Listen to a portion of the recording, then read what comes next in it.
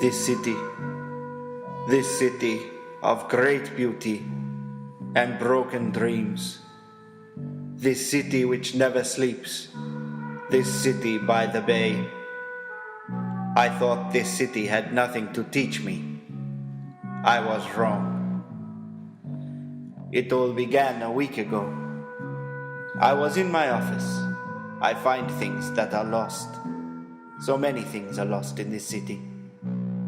A knock came on the door. I answered, and in she walked. The woman who would change everything for me. The woman who would turn it all on its head. I didn't know. I let her in. It was my mistake. I offered her a drink, but she was in too much of a hurry to ask the question that would turn it all upside down. Oh, Mr. Gregor, I was hoping to talk to you. Do you remember, perchance, where we put the Christmas rabbit? Christmas No, robot? not Christmas rabbit. That's the Easter Christmas bunny. No, robot. I didn't mean the Easter bunny. I meant the Christmas tree. Do you remember where we put the Christmas tree? I will find your Christmas robot. I will look up, I will look down, I will find your Christmas robot. Do not fear. Gregor is on the case.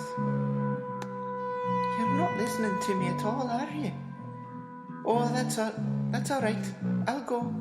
I think I remember where the Christmas tree is. Why are you talking about robots? You're a strange man, Mr. Gregor.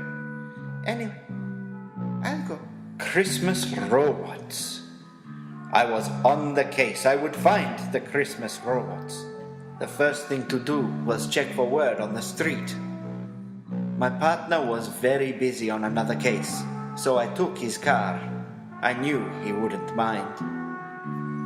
I met my contact in a local coffee shop. I ordered coffee long and black.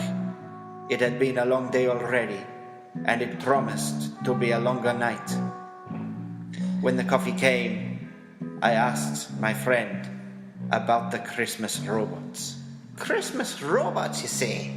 Sure, no, I've never heard of such a thing. I have it on very good authority that they exist.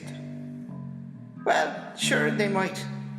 I've just never heard of them. You know who might have? Who? Well, if you go down to the docks, you know, the scary part of town. If you wait there for long enough, he'll find you. He might be the scariest man in the whole city.